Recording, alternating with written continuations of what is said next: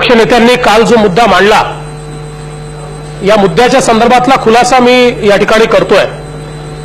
मुळातच आपण 3 पद्धतीनं शेतकऱ्यांना मदत करण्याचा निर्णय यात घेतला होता। यातली पहिली पद्धत इन्शुरन्सची होती, ज्याच्यामध्ये एकूण 44 लाख शेतकऱ्यांचे इन्शुरन्सचे क्लेम मंजूर झाले 2337 कोटीचे। याच्यामध्ये बोंडअळीचे आहेत, याच्यामध्ये तुडतुड्याचेही आहेत आणि याच्यामध्ये दुष्काळाचेही आहेत, असे तिन्ही प्रकारचे आहेत। आणि याच्यामध्ये सरासरी 12,000 रुपये प्रति हेक्टर या पद्धतीनं अध्यक्ष महोदय हे पैसे देण्यात आले आहेत। दुसरा विषय आपण एनडीआरएफच्या माध्यमातून सांगितला होता।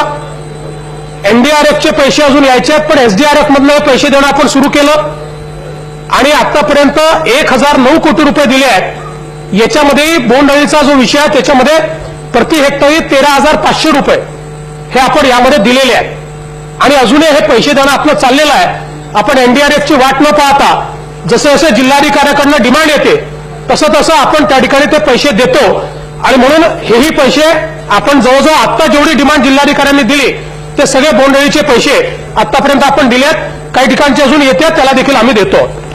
त्यामुळे विमा झाला, त्यानंतर एनडीआरएफ झालं म्हणजे जे एसडीआरएफ मधनं पैसे दिलेत।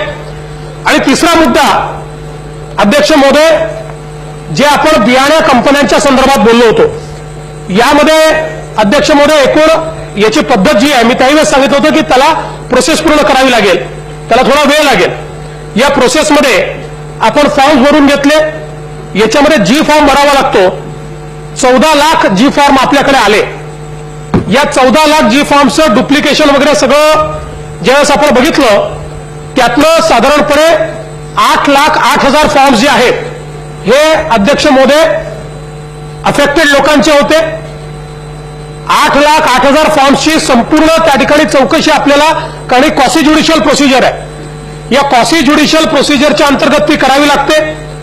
आपल्या नियमानुसार केवळ 70 लोकांना आपण प्राधिकृत केलेलं होतं कायद्यात की ज्यांनी त्या ठिकाणी फील्डवर जाऊन ते सर्वे करू शकतात आणि म्हणून आपण कायद्यामधल्या नियमांमध्ये बदल केला आणि जवळजवळ 1700 लोकांना प्राधिकृत केलं।